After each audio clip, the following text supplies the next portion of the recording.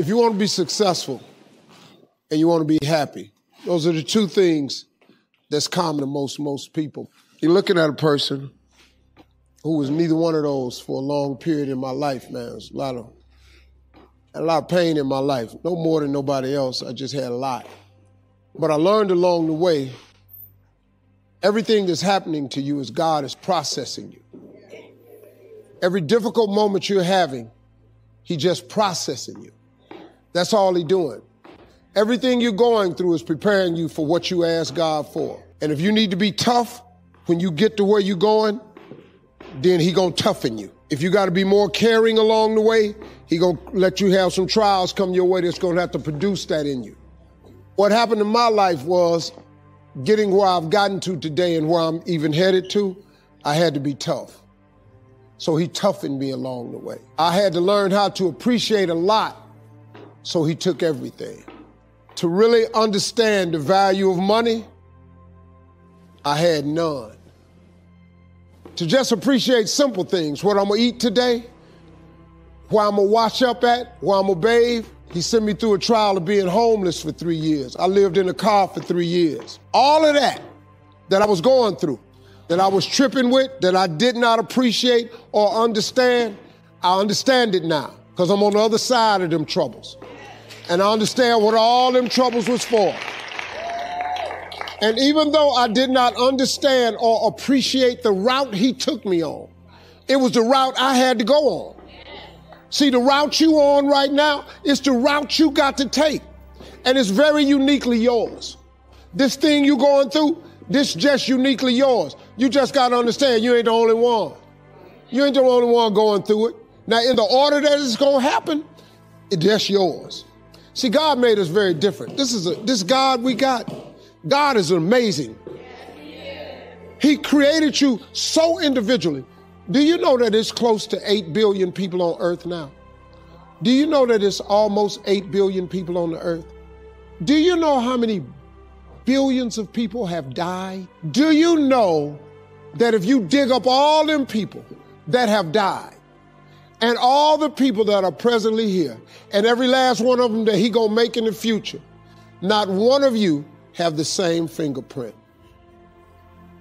Who do that? Who could possibly be so precise in His infinite wisdom that He created you so uniquely that ain't no two people got the same fingerprint? That's crazy, man. That's real crazy. 8 billion people, you can't duplicate it. The billions that done died, you can't duplicate it. And the ones that's coming will not duplicate it. God a bad boy, man. He's a bad boy. He's a bad dude, man. You know, sometimes, man, it's good to hear from somebody that you might think is successful that can share a piece of information, because a lot of people, that's really all that's missing from a person going from this level to the next level. It's just a piece of information. It's not money, it's information. Because being successful is just knowing the principles of success. Like if you understood a very simple principle, the principle of gratitude, do you understand that if you were to wake up every day and go down the list of things and just tell God what you're grateful for?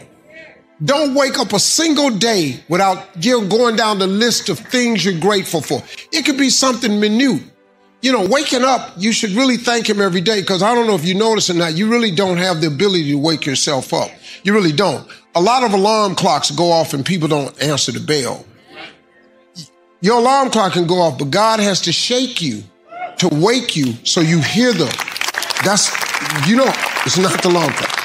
So if you wake up every day and you go down the list of things that you're grateful for, what God does in return is He gives you more things to be grateful for, because He's a very wise and generous God, right? If you're not grateful for the things I've given you and you have no gratitude for it, and that seems to be really mundane to you, it's burdensome, why would I overload you with some more stuff that you ain't grateful for? See, gratitude, man, people don't understand how important that little thing is. Even if you don't have a plan, even if you don't know what your next move is, If you just woke up every day and just thanked him for just all the things you can go down, the next day, the very next day, he promises you that he'll give you more to be grateful for. You'll be stunned how that, just change that one little thing. Show gratitude and then watch him give you a whole lot more stuff to be grateful for. It's not a day that I'm not able to add something else to the list. I mean, like, hey, if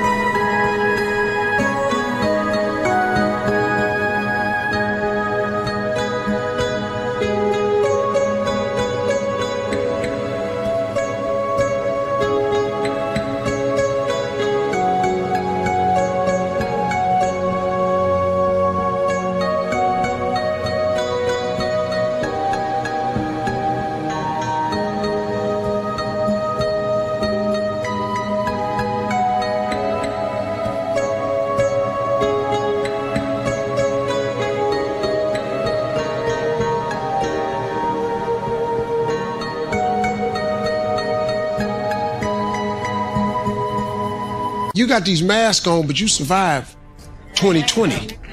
If you can just keep believing when nothing in you is working, when all your external forces have given way, if you can just manage to somehow keep, just hope. You ain't even really got to believe. All you got to do is hope. Faith is the substance of things hoped for and the evidence of things not seen. You just got to hope. Sometimes you ain't strong enough to believe, but you can always be strong enough to just hope. Man, I hope God come get me. I hope I make it. See, when they tell you, when you read a scripture and they say faith is the substance of things hoped for, what faith really is just hard hoping. And I just took that hope and just kept hope alive. If you can keep hoping, man, you have a chance. You just can't become hopeless. The devil is busy, man. The devil has one job. That's to rob you of your destiny. That's his only position in life. He don't care if you get money, a car, a house. As long as he can rob you of your destiny, that's the devil's whole mission in life. He just want to rob. He just wants you to not be what God made you to be. But if you can remain hopeful in spite of all adversity, like it was times in my car, man, I felt like quitting. I mean, I felt like giving up. You got to know, living in a car is not a simple task, but I just, some days I just said, man, oh God, I hope something happens. Come on now. If you could just go to bed and just wake up tomorrow, every time you wake up, that's a sign from God that he ain't through with you yet.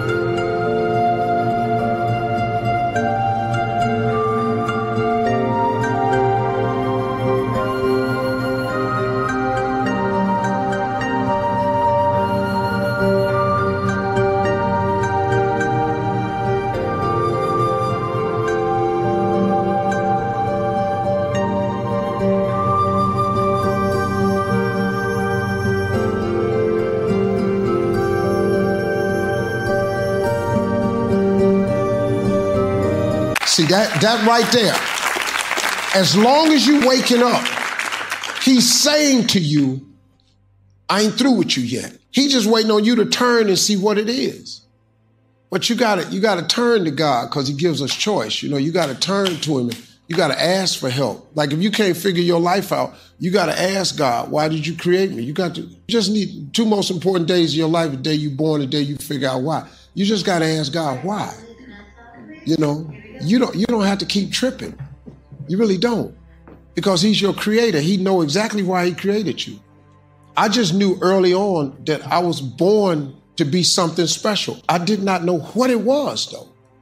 I mean, man, I was just living my life. I had no idea, but I had a lot of people along the way. You different. You quit hanging with them. I had a teacher came to my house one day. It was a gay psychology teacher named Ray Davis.